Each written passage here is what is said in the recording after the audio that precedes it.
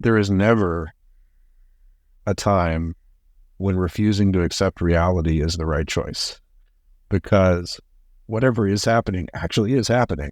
And if you don't embrace the reality of it, how can you take next steps? It's like trying to get somewhere but refusing to admit where you are on the map. So I think of this in the Thelema context as the worship of the wheat. The worship of all reality requires us to have that sort of radical acceptance. Okay, this is happening, really feels bad, I want to change it. But that all has to start with this is happening, and admitting and acknowledging that it is. Hey, everybody, and welcome to another episode of the Creativity and Consciousness podcast. I'm really excited to present to you a conversation with the Thelemic magician and psychotherapist, Dr. David Shoemaker. David Shoemaker is a clinical psychologist, ritual magician, and author. He specializes in Jungian and cognitive behavioral psychotherapy and has extensive experience in the training and guidance of initiates within the Thelemic tradition. David is the chancellor and prolocutor of the Temple of the Silver Star, a Thelemic initiatory and educational organization, and a long-standing member of both Ordo Templi Orientis and AA. David is the author of several acclaimed works, including Living Thelema, A Practical Guide to Attainment and Aleister Crowley's System of Magic, The Winds of Wisdom, and his latest book, The Way of the Will, Thelema in Action, which explores Thelemic philosophy and practice in the modern world. He is also the co-editor of Llewellyn's complete book of ceremonial magic with Lon Milo Duquette, and has edited numerous writings by Thelemic luminaries such as Phyllis Seckler, Carl Germer, and Jane Wolfe. Since 2010, his popular Living Thelema podcast has been a cornerstone of contemporary Thelemic education. In addition to his work in magic and psychology, David is an accomplished composer and musician, blending creative expression with spiritual exploration. David has been one of my favorite figures in magic for a long time. I have found his wisdom to be immensely helpful in my own exploration of magic. And in a way, he demystifies the practice and shows how it can directly relate to and apply practically to your daily lived experience and to your life. And I was really grateful that David was one of the contributing authors to my book, The Path Within, which is to be released in May 2025. And we also worked together for about 2 years with him as a coach, and I found his insights and coaching to be very valuable for me at that stage of my life and development. And I would really recommend, if you're interested in a coach who not only has a very great depth of wisdom for understanding the practicalities of lived existence, but also has deep esoteric wisdom and insight, David is a fantastic person to go to. So without further ado, I'm really glad to present this conversation. We dived into some of the key aspects, in my opinion, of magic and the great work, and seeing magic as a system of self-development, and how it relates to the really central questions of life, such as why are we here, what am I here to do, and, of course, who am I? So please enjoy this episode. Welcome to the Creativity and Consciousness podcast, a space to explore the intersection of creativity, spirituality, and personal transformation. I'm your host, Jake Cobran, visionary artist, author, and your humble guide in the exploration of our consciousness. In each episode, we dive into ideas related to magic, visionary art, and alternative spirituality. I bring you conversations with leading thinkers and innovators to help us tap into our creative potential, expand our minds, and transform our lives. Whether you're an artist seeking inspiration, a spiritual seeker exploring new paths, or someone on a journey of self-discovery, this podcast is here to help unlock new possibilities and awaken our inner power. Let's journey beyond the ordinary. Welcome to the Creativity and Consciousness podcast.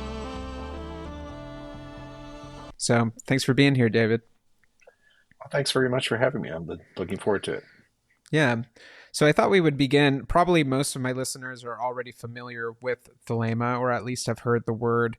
But for those that aren't that acquainted with what that represents, do you mind just giving a brief synopsis of what Thelema is and what it means to you as it pertains to this initiatory tradition of spirituality and magic? Okay, sure. So, first of all, Thelema is the term applied most commonly to Aleister Crowley's system of philosophy or religion, spiritual practice, depending on how you look at it. The Greek word thelema means will, and the import of that word in this context is the deepest, inmost spiritual nature of the human being. So it's you could say basic nature. One's basic nature is like a synonym for what we mean by will in this context. So the idea is that each of us has a way of being in the world, and when we can become consciously aware of that way of being, the true will, and make choices in our lives to live it out as efficiently as possible, then not only are we more likely to find a harmonious experience in our unfolding lives because we're choosing a course of action that's in harmony with what the universe kind of wants us to be doing. But also, we tend to have a more harmonious interaction with others if we're giving them space to do their thing too. So it's a philosophy and spiritual approach that values individual liberty and also the importance of uh, maximizing the freedom of others to have their individual liberty too.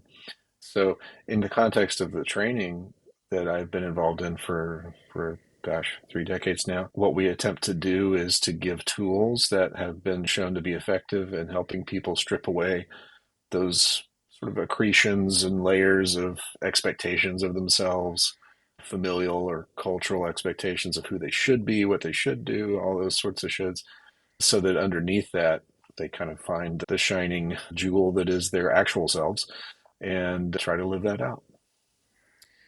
I haven't really heard the word soul used that much within Thelemic literature, and I'm kind of curious if, from your perspective, this is about a person being in contact with their soul, or how do you relate to that Mm. concept?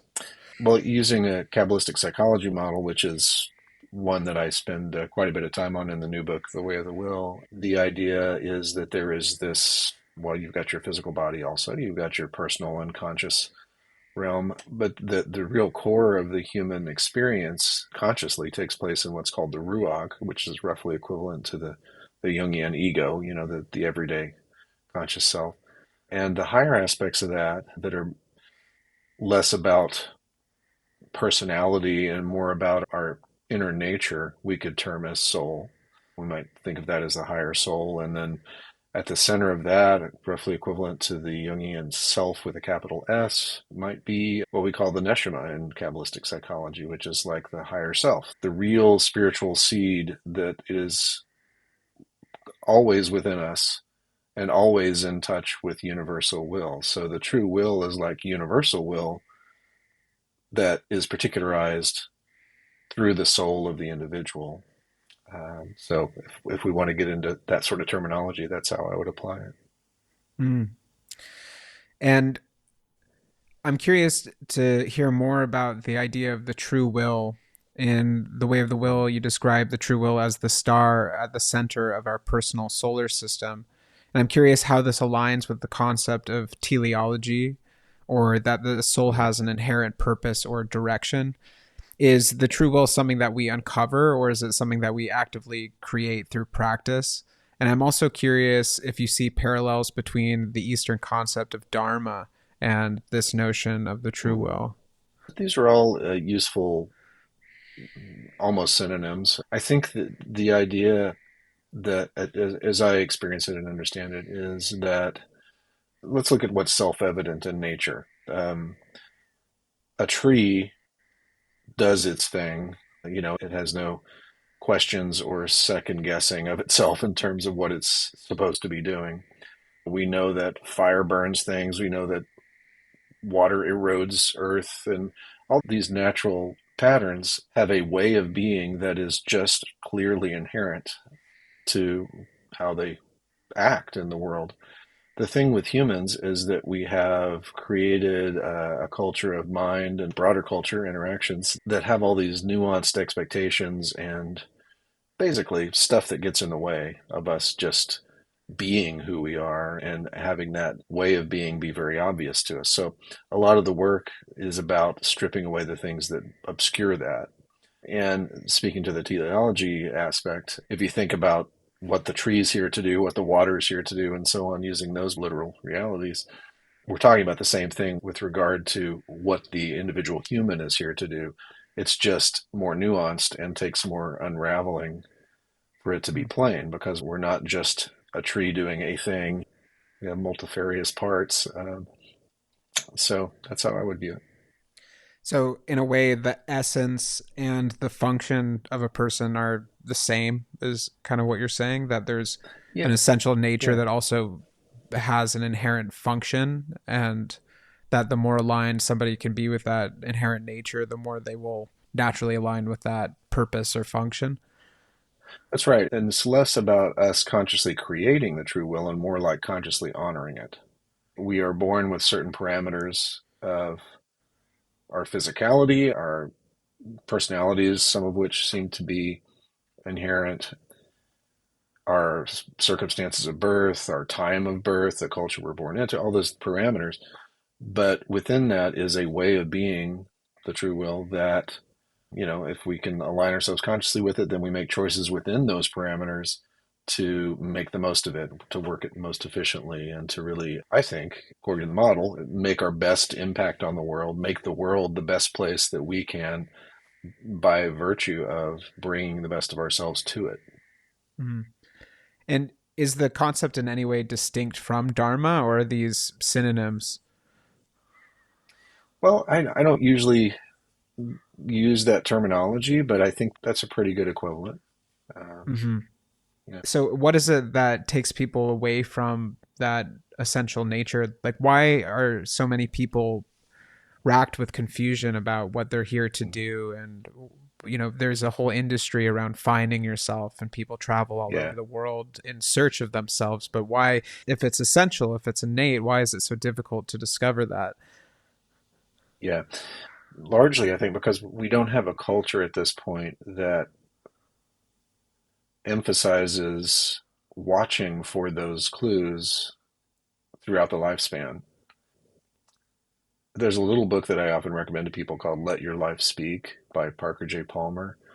And he does a very good, simple, non jargon discussion of the true will, essentially. And one of the things that's probably obvious from that title, Let Your Life Speak, is that if we watch a young child and that child has 2 free hours and we just watch what they want to do, you know, if you give them 10 toys, which three do they always want to play with?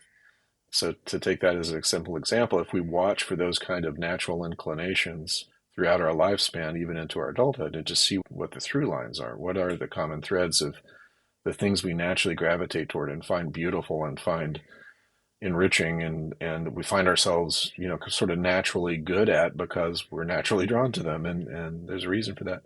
So we don't have a culture that gives much space for that or places much value on that. So I think what happens is people get to adulthood and their sense of who they are and who they should be is largely shaped, unfortunately, by, as I said earlier, by family expectations or cultural expectations or just the defaults that are presented to us. So I think that's the stuff that gets in the way. Hmm. It could be that maybe we're the most individualized that we've been yet as a culture, but that culture around individualism and having freedom of choice to express yourself is still relatively new and in its infancy and Yeah. development. Yeah. It's all, and that would fit with sort of the Crowley model of the new aeon, starting in 1904 by his reckoning. Whether or not you take that literally, it's pretty clear that society, um, technology, etc., have all evolved so fast over the past 120 years that, as you say, sort of culture hasn't had a chance to catch up with it. And certainly systems of education and self understanding are scrambling to kind of catch up with that too. Mm. Yeah, and I think that's a good point to emphasize as well, that Crowley saw this as a broader evolution of humankind and society at Right. large, not just for a select few individuals who follow this That's right. particular, course of practice. That's right. There would be a subset of people working the esoteric side of it, and which is tended to be true in any exoteric religious expression, that there's a sort of a mystical core, and but for the majority of people, it's just it's the way the universe is working now, and we all have to adapt to it, whether we have any interest in magic or mysticism at all. Hmm. I'm curious also, with your expertise in Jungian psychology, do you think that this concept of realizing the true will is similar to Jungian individuation? And how do those also intersect? Hmm. Hmm. Yeah, great question. Yeah, Crowley, sorry, Jung talks about, they're both born in the same year, by the way, 18. Jung talks about, roughly speaking, the first half of life and the second half of life. And in the first half of life, we are out slaying the dragon, trying to make our way in the world and figure out who we are and have our career and have our family and all the stuff that is achievement focused and largely outwardly focused. And then the process of individuation is getting to a point of saying, okay, now what? I've got this stuff, or I've got the path that I thought I was supposed to have, but I need more meaning. I need to be kind of finding the deeper truth in this and the point of this for me, other than just falling into line with societal norms. And so I think that understanding that individuation as one version of this story is a good model. It seems though that in younger generations now, people are waking up to that process of individuation more quickly. People seem to deviate from cultural norms more radically Mm-hmm. at younger ages. And I'm Mm-hmm. around 30, and there's a lot of people my age that are really deeply interested in the esoteric and the occult and these kinds of things. And it's not so much Yeah, that people only become interested in this stuff when they get to older age now. And so, do you think that's that's right. also part of the development of this new aeon, or a different paradigm where people individuate or realize their true nature more quickly? Yeah, exactly. And I think you can look at how that's become possible by a few generations just gradually easing into that mindset of, let's pay attention to what our children are naturally drawn to. Let's give them opportunities to try different things. Let's not just decide, well, this is the family business, so obviously that's what you're going to do and be. And if you watch that trend over the generations of the last 100 plus years, that sounds an awful lot like what I was describing earlier, where the culture catches up and the education system gradually catches up with the human potential. And I think, of course, you and I are probably the people who are going to approach us to interact are probably, of course, those people who are interested in this line of work. So there's a self selection of the set of people we tend to see in the world Right. because of what we're doing.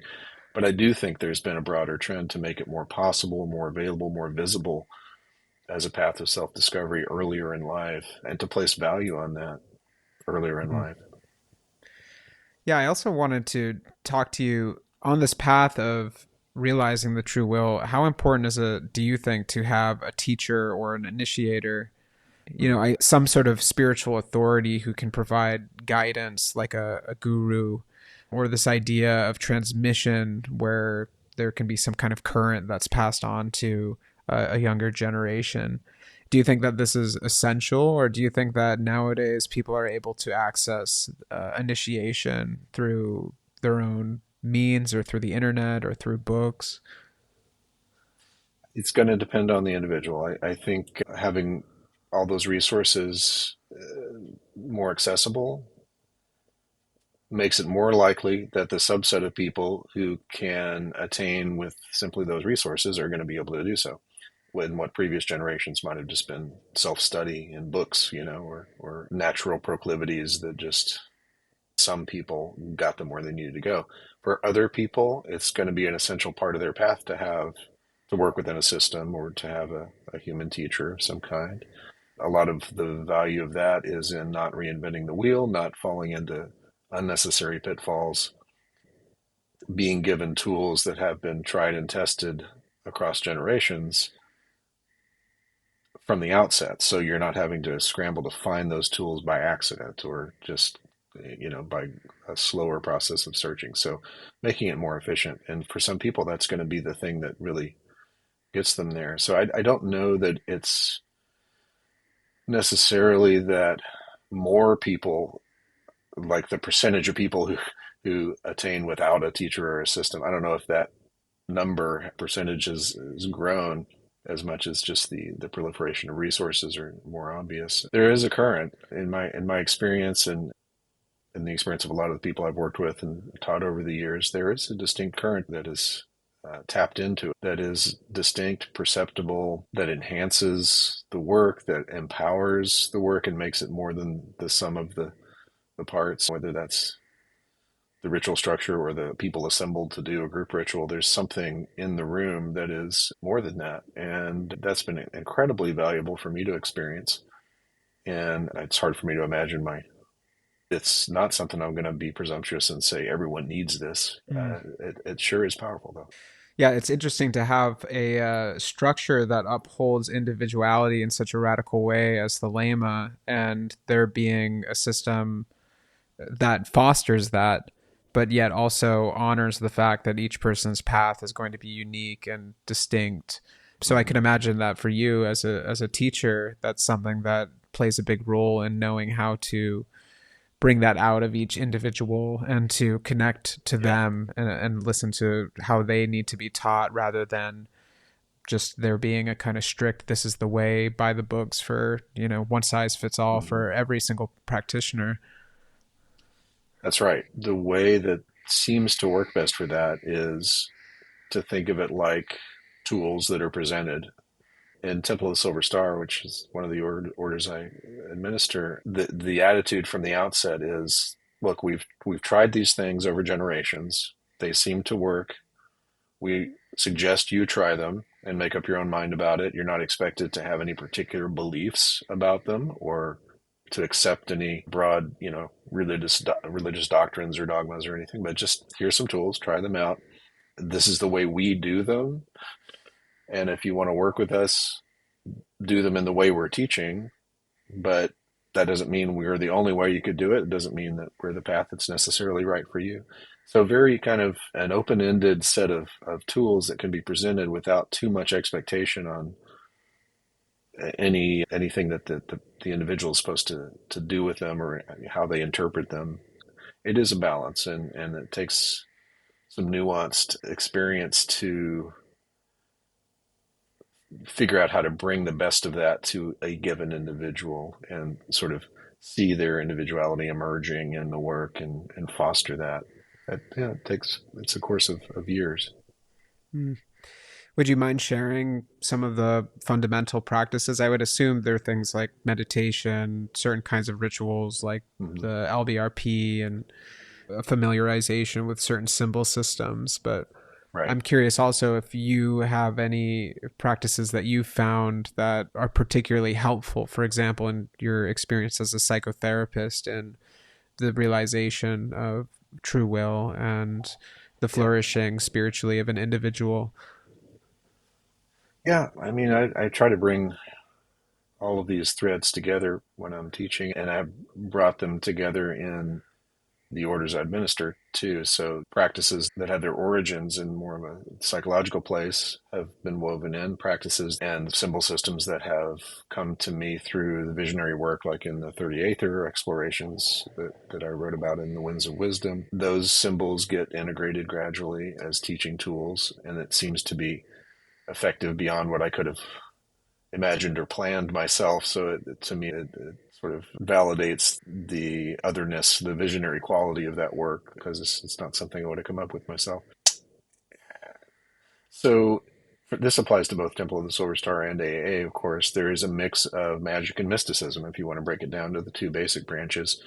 Magical tools for ritual construction and daily use that have a hygienic function, an energy raising function, a protective function, a refining function that allow us to target magical aims for change processes that we find desirable in ourselves or in the world around us. And then on the other side, we have the mystical tools, basically largely based on yoga due to Crowley's influence there. And of course, this is Raja Yoga predominantly, where we're talking about less about physical exercise and more about cultivating the inner mystical growth of the individual.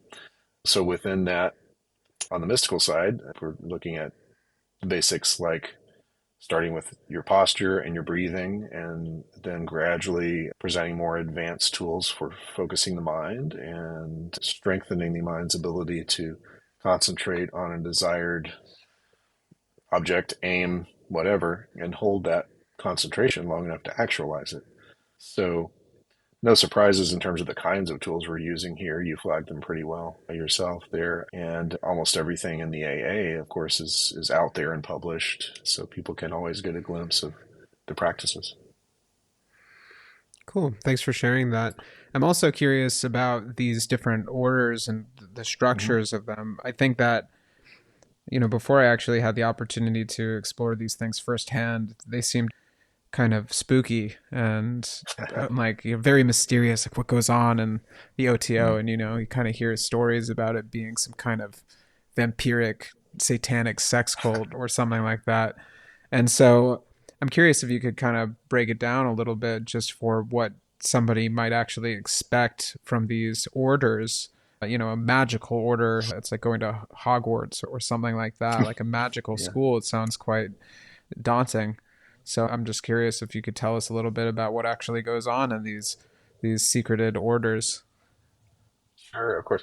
I mean, I can only speak for the ones I've been a part of course. Bob in his basement can create an order that does all kinds of weird shit that I wouldn't know about. So there's always the possibility Right. that you get something idiosyncratic and not helpful.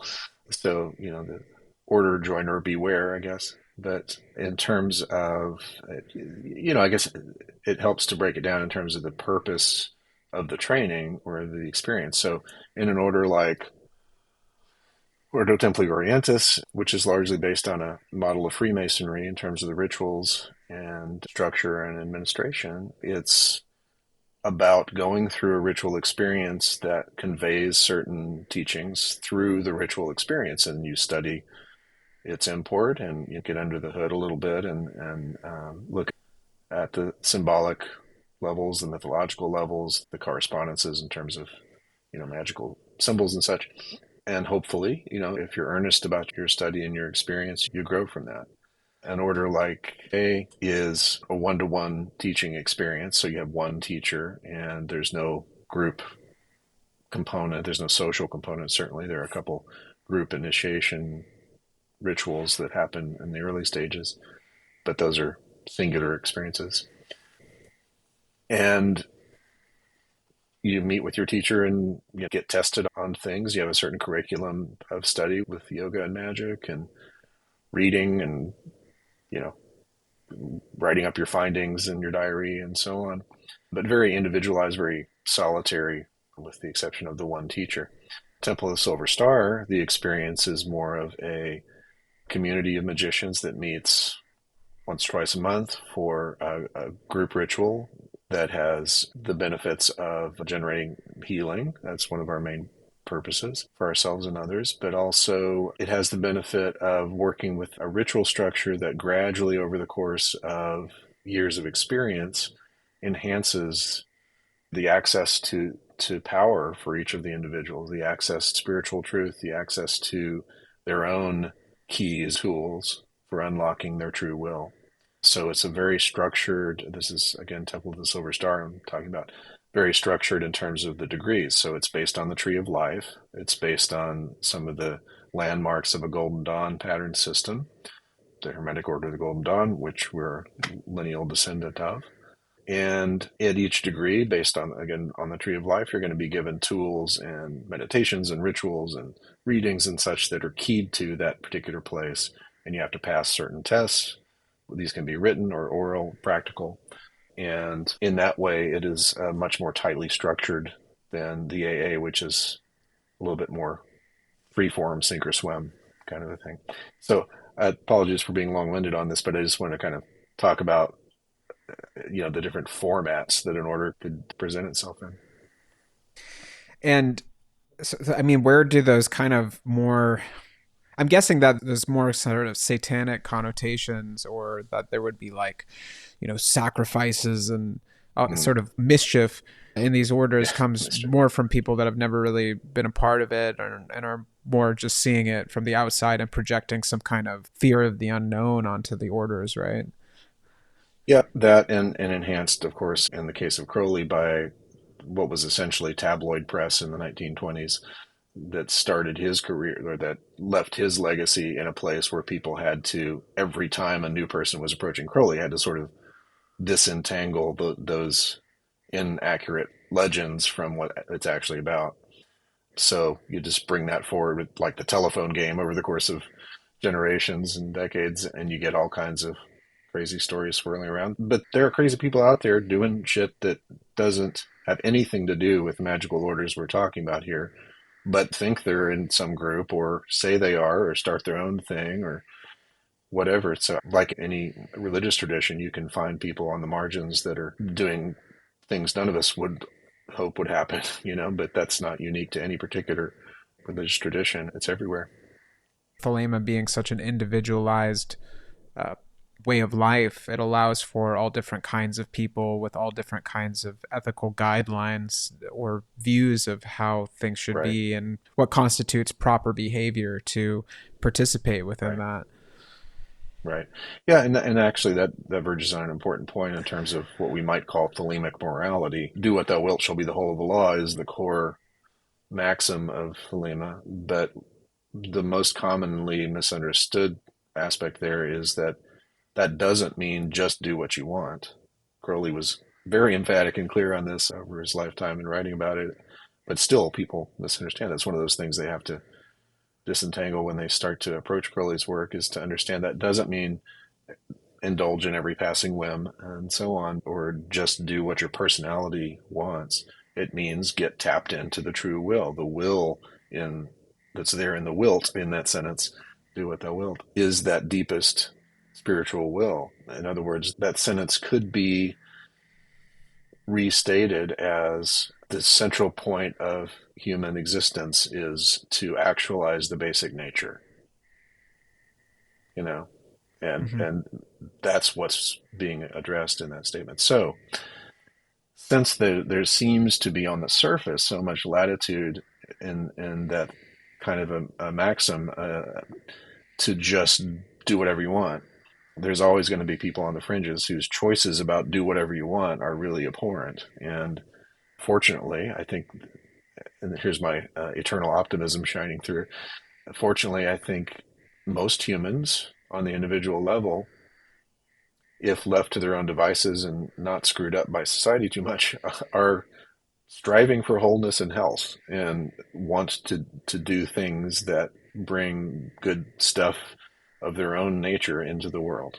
It's when society or other, life experience kind of mutates that in a bad way that we get into trouble. Beautifully said. And I think that what you're saying is absolutely true, that within the philosophy of Thelema, it is really just about us enacting our essential nature and aligning with growing into the highest version of ourselves, really. But Yeah. Crowley himself, I think, did have a devilish quality to him and his personality through his ambition and even his severity and his drive for mastery and, themes around power and temptation and his difficulties with consumption and materialism and ego and that kind of like raw, almost Mm. demonic, untamed energy, the wildness that he had, which is partly why I love him as a character and reading his work, is that sort of taboo power. And it also does attract a lot of people who kind of lean towards the goth side of things. There's a certain kind of romantic darkness that Mm. Thelema kind of upholds, at least as a aesthetic that seems to attract people to it. And so I'm curious, from this, from the idea of there being an essential nature that one is enacting, like, do you think that there was something a little bit satanic or demonic or dark about Crowley himself in terms of his essential nature that he was Hmm. expressing in the world. I think his character, and I'm talking about Crowley the human being, just his Right. character as a human, coming out of a very repressive religious fundamentalist place. His family was Plymouth Brethren, very old school fundamentalist Christian sect. He had a seed of rebellion against that, and so you can see a lot of his work in his magical, the evolution of his magical teaching was you had that in the core somewhere. Like, I've got to overturn this crap.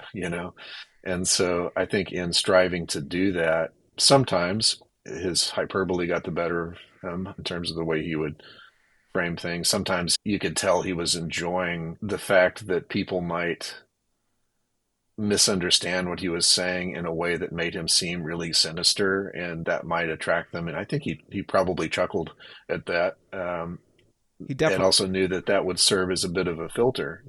If people were going to read his book and hear a metaphor about sacrifice or something that he clearly indicated in other places was not about actually hurting anyone or anything, but when he would see that be misinterpreted as literal, well, there's a clue that that person maybe isn't cut out for the actual work, you know, if they're not going to see below the surface. So I think he had, mm-hmm.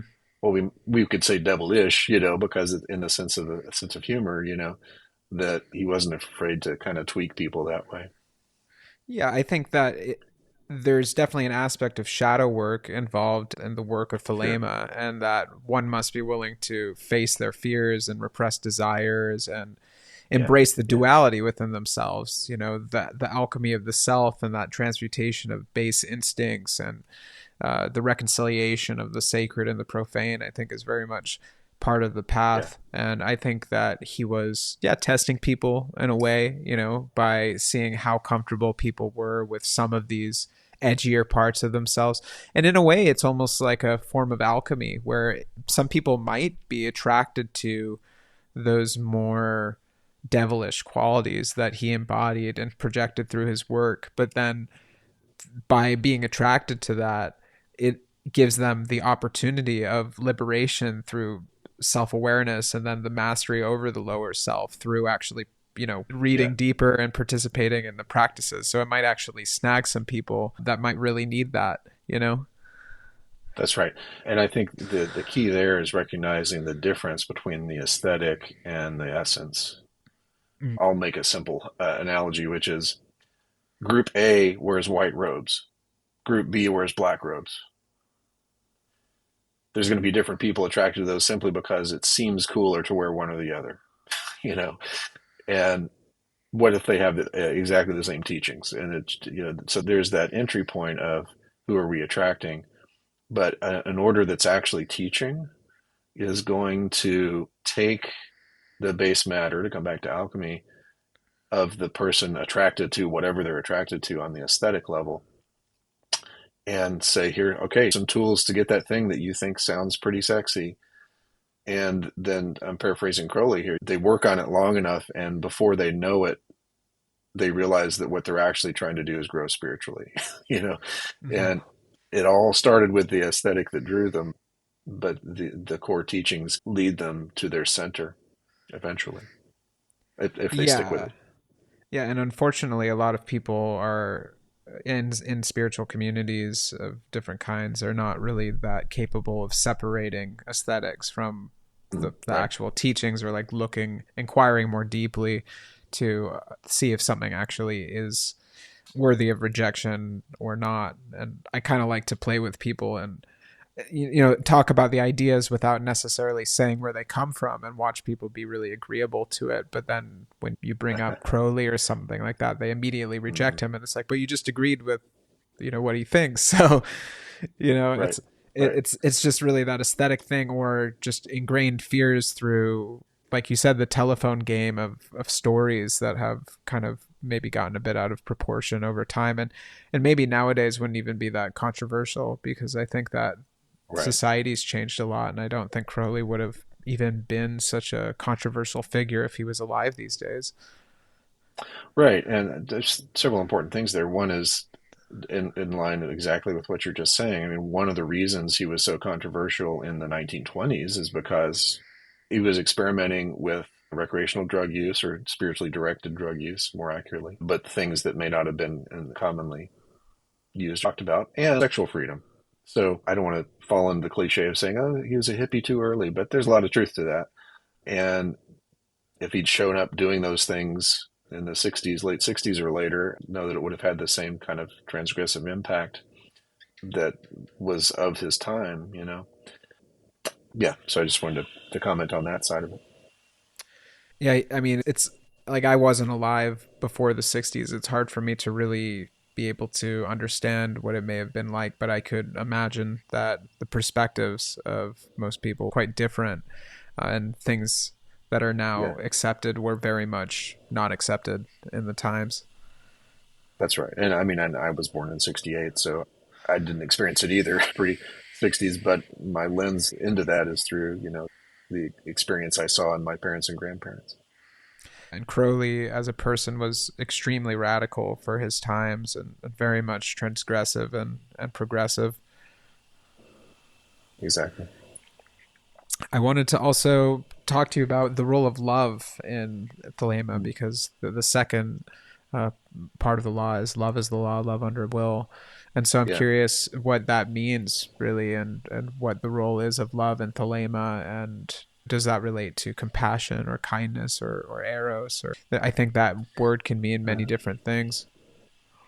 Yeah. And Crowley, in various places, was quick to point out that he's using love as a technical term, almost like a universal binding force in physics, and that there are manifestations of that force that show up and look like in human experience, like erotic love or agape, sort of human brotherly, sisterly love as we think of it, or even combat. Because if it's a binding force that brings people together, sometimes the explosion is erotic, sometimes the explosion is violent because that's the way life happens. But that's the technical use of the term love. So, in looking at the everyday experience of love in the conventional sense, I think what we find is that as we strip away those illusions of self, as we unburden ourselves of expectations of who we're supposed to be and how we're supposed to be, a more natural expression and appreciation for the individuality of each other as humans, a more natural expression of a desire to foster that individuality, to care about people and the planet and our future and all of that. I think that is a natural outgrowth of knowing ourselves and getting over our own bullshit and finding our truth.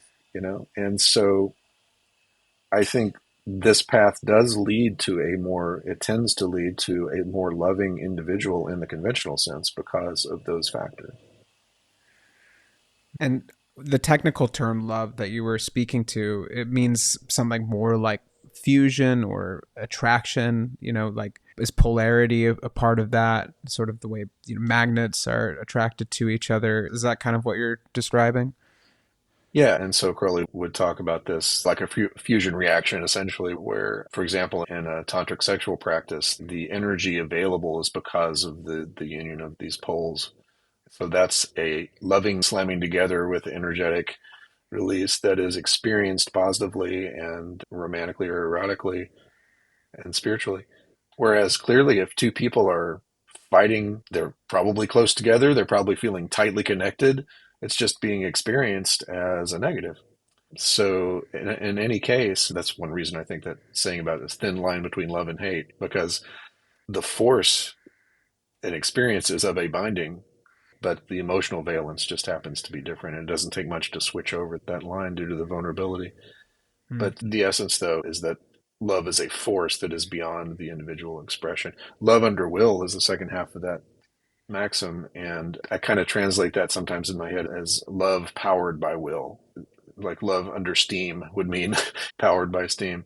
And the idea there being that, the will is a primal force that, and love as a, as the force itself. I don't know.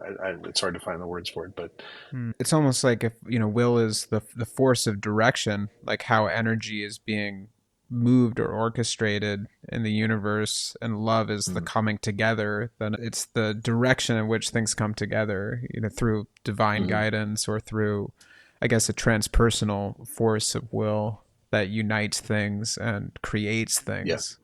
yeah, yeah. I see what you're getting at there. And I'm sure you also know, in your work as a therapist, that it seems like sometimes people fight as a way of feeling closer to each other because there's a lot of energy being, Mm-hmm. an intensity of focus and energy being directed at each other. So I think that checks out with what you're saying. It just doesn't feel good, but the intimacy it doesn't initially feel good.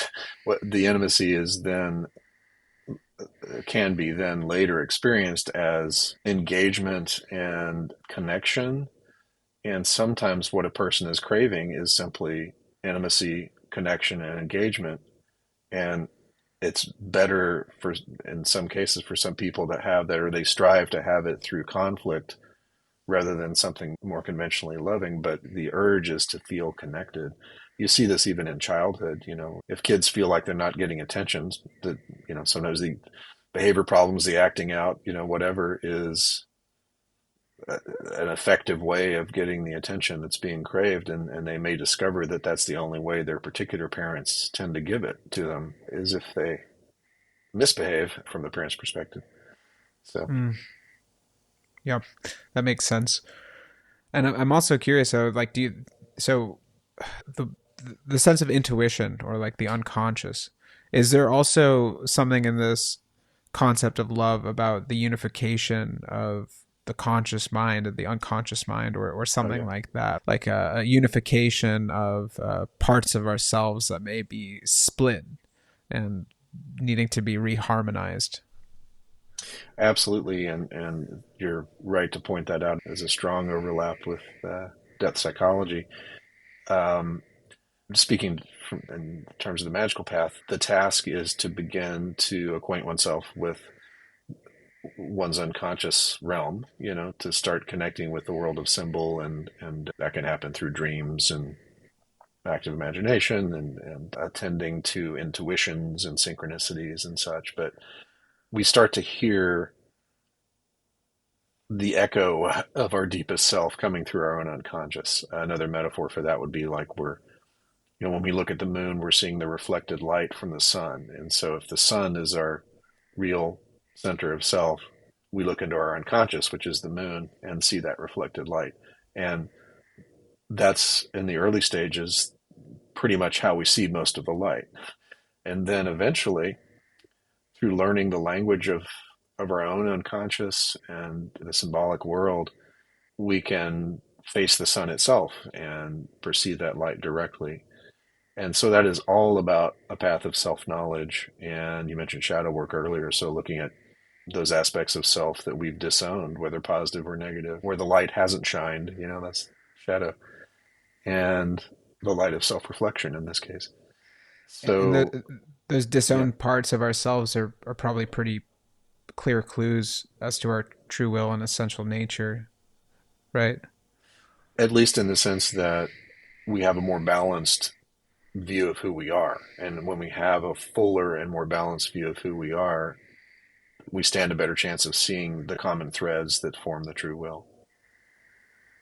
Hmm. If we've Interesting. segregated, we walled off a part of ourselves, we don't have the full picture. We don't have as full a picture, and that's going to limit our understanding and our action. Yeah.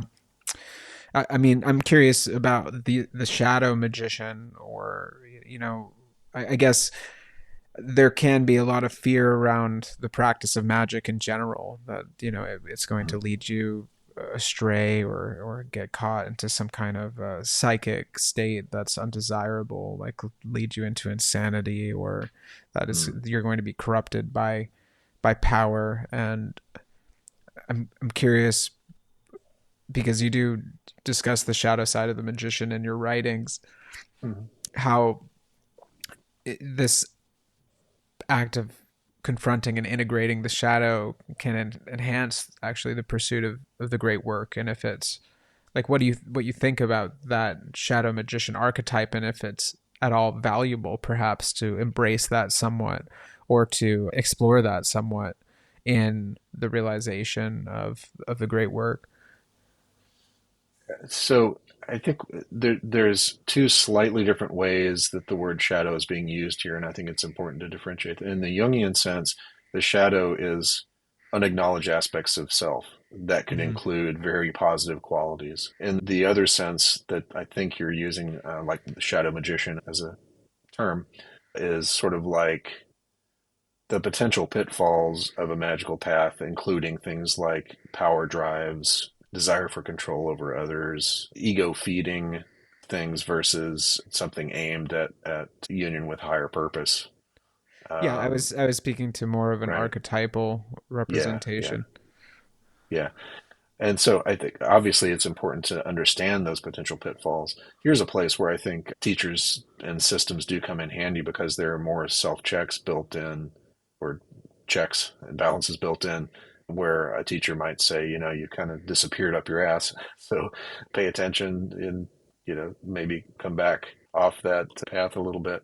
So people can keep an eye on that. But I think there is utility in, it's mostly about awareness, I think, as we're talking about it, in terms of, I don't know that I would ever say to someone, yeah, I think exploring the shadow magician is going to be the best path for you. I think what happens is we all have to explore the shadow side of ourselves and to see how we can differentiate between deciding on a magical aim because it feeds our ego versus deciding on it because it's actually in line with true will. Hmm. Um, Are there any Go ahead. clear ways to differentiate that? Like sometimes that can just seem very difficult to discern. Yeah, I mean, that's obviously a lot of self-knowledge helps with that. When one has done psychological work over time, even in the context of a magical training, which is part of magical training in the groups I'm in, where you're uncovering these power drives, you're uncovering shadow stuff, you're knowing yourself better. That actually helps because, over time, you then make choices around magical aims. Well, you catch it, like you catch, oh, I know I'm just trying to kind of look good, and that's why I want this magical goal to happen. I want it the object, or I want the glamour of some process or something. And over time, you realize that's an ego impulse. Your deepest spiritual self doesn't give a shit about the car you drive or whatever.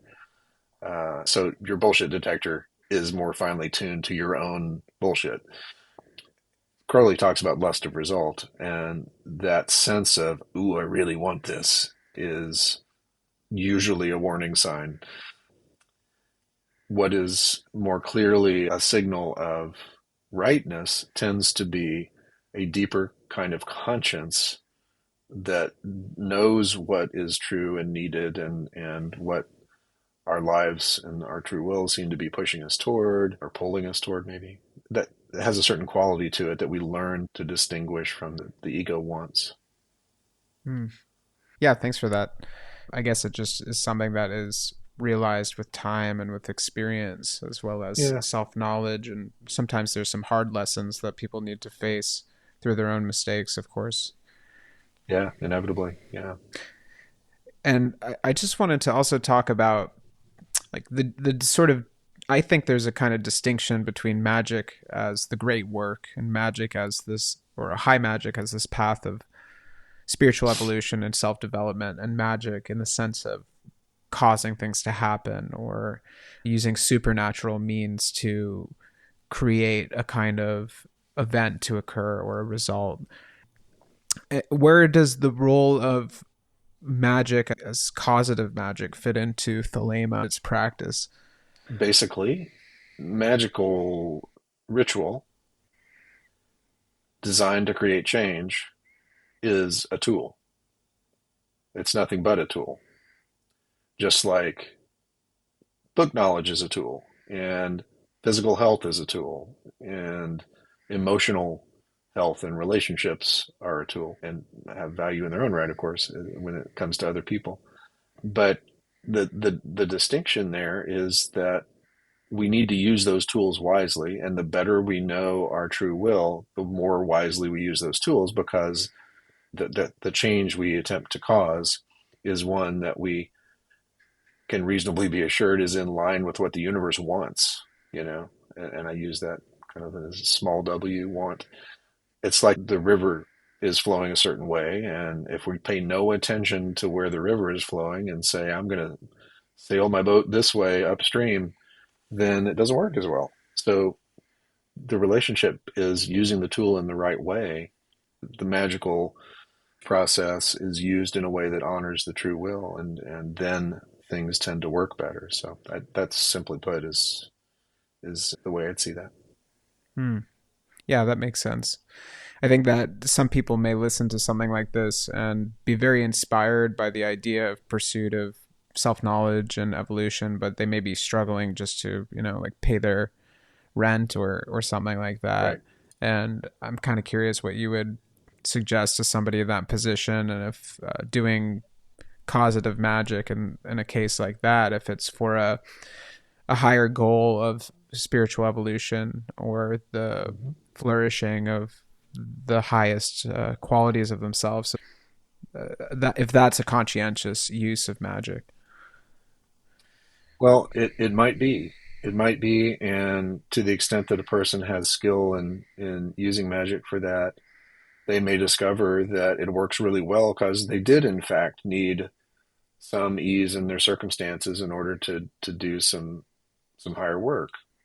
It may also be that what they mainly need is a different kind of training for a skill, or more education of some kind to pursue a certain line of work, or to let go of some expectation that they should be doing something when in actuality their true will is making them better fitted for something else. So in those cases, they could do all the magic in the world, but it's going to be upstream because it's not what their soul actually is needing, you know.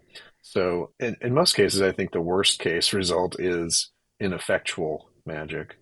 This is a bit of a tangent, but I think where people tend to get into trouble psychologically or emotionally with the whole process is when they start to overreact, you know. So, oh, I evoked this goetic spirit to get me this thing, and now I can't get rid of them, or they're hurting me or causing something bad in my life, and I better go do this other thing to fight them. And pretty soon there's this inner battle about stuff that's essentially just fear based, you know.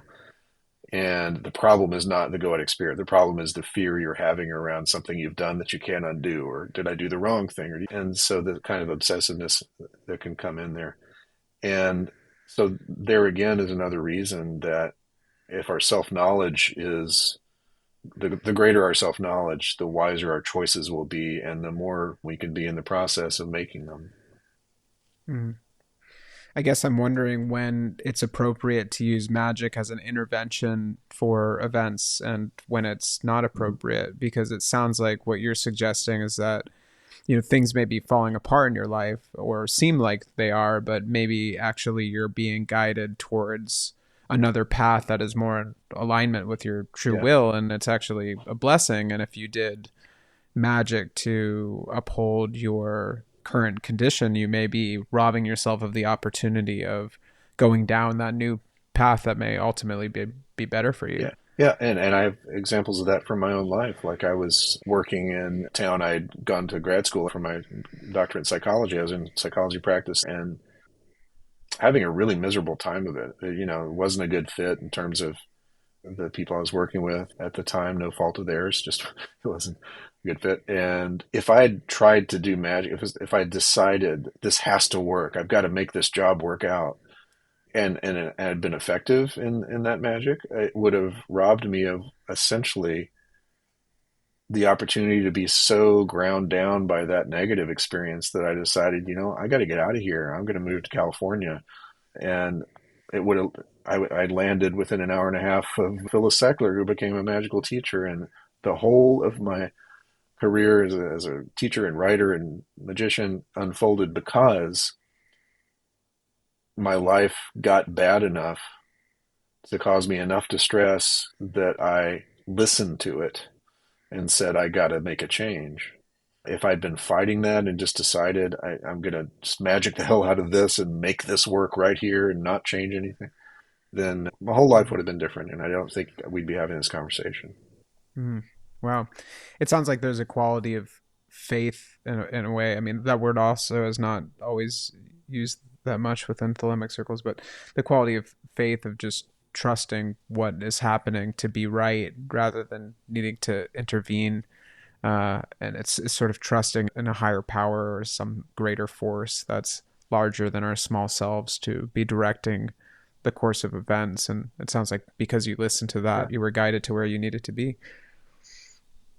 Yeah. Listening to it and having enough gradually accruing self knowledge to say,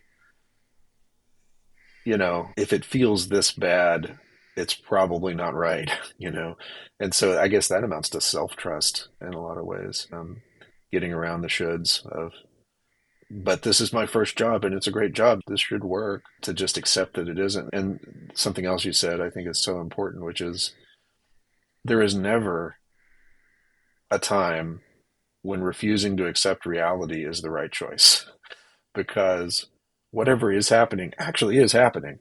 And if you don't embrace the reality of it, how can you take next steps? It's like trying to get somewhere but refusing to admit where you are on the map. So I think of this in the Thelema context as the worship of Nuit. The worship of all reality requires us to have that sort of radical acceptance. Okay, this is happening, really feels bad. I want to change it. But that all has to start with this is happening, and admitting and acknowledging that it is. So a little bit of a tangent there, but related. That was an excellent tangent. Thank you. I'd love to hear a little bit about your new book, The Way of the Will, and what readers can expect from it. Sure. So this is a bit of a follow-up to Living Thelema, which originally came out in 2013, I think. Reissued recently by Wiser Books. Whereas Living Thelema was covering more of the foundational concepts of Thelema, like the true will, the holy guardian angel, some basic rituals like pentagram and hexagram rituals, meditation basics and stuff, the system of AA, and some psychological topics relevant to magicians. The Way of the Will kind of picks up with a little bit more advanced topics, a large section, the most I've written anywhere, on the Qabbalistic psychology. I'm scanning over the table of contents to get highlights here, but topics like creativity, the worship of Nuit, like I mentioned, ordeals of the grades of A, the nature of evil. There's a whole section of the book on some advanced meditations from the Thelemic tradition that Crowley devised that are just not talked about as much, like Liber Yod, Liber Turis, Liber Tisharb, which involves discovery of so-called past lives. There's a chapter on making the most of the Gnostic Mass of OTO, healing, and then the conclusion of the book is basically a memoir of my own Holy Guardian Angel experience and the way that related to my life falling apart and together at that time in my life, which connects with a lot of the things I was just discussing, as listening and accepting of what's happening around us. Mm. Well, I've really enjoyed reading what I've read of it so far. I especially enjoy the psychological map of the spheres of the Tree of Life, of the Kabbalah. I find that really, really useful and really practical and a great way to kind of ground out some of these more esoteric ideas. Excellent. Glad it was helpful. Definitely. Well, thanks so much for this conversation, David. It's been a joy to talk to you. Are there any specific places where people can find more information about you and your work? Sure. Thanks for asking. So, in terms of the orders I work with, most prominently for AA, people can go to onestarinsight.org. For Temple of the Silver Star, it's TOTSS.org. and we do a public Thelemic conference every 2 years called Thelemicon, and that is thelemicon.org. My podcast episodes from Living Thelema and other interviews and other videos that I think are interesting or related are on my Living Thelema YouTube channel. Temple of the Silver Star also has a YouTube channel.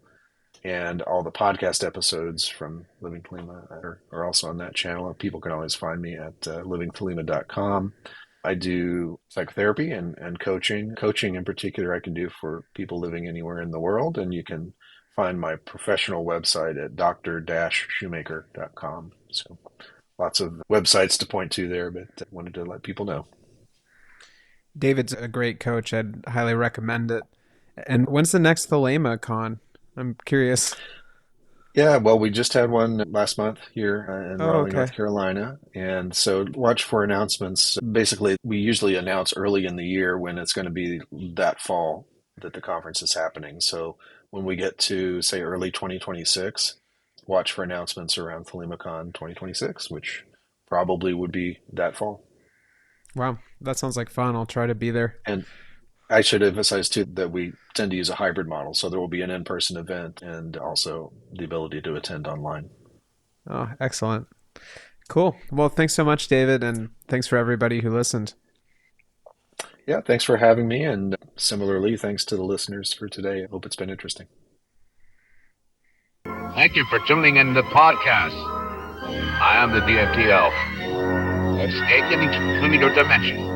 New episodes of the Creativity and Consciousness podcast dropping soon. Make sure to subscribe so you never miss an episode. If you'd like to stay connected and join a like-minded community, hop in the Telegram group where we discuss the latest episodes and ideas they spark. Sending you instant love and gratitude for being part of this journey.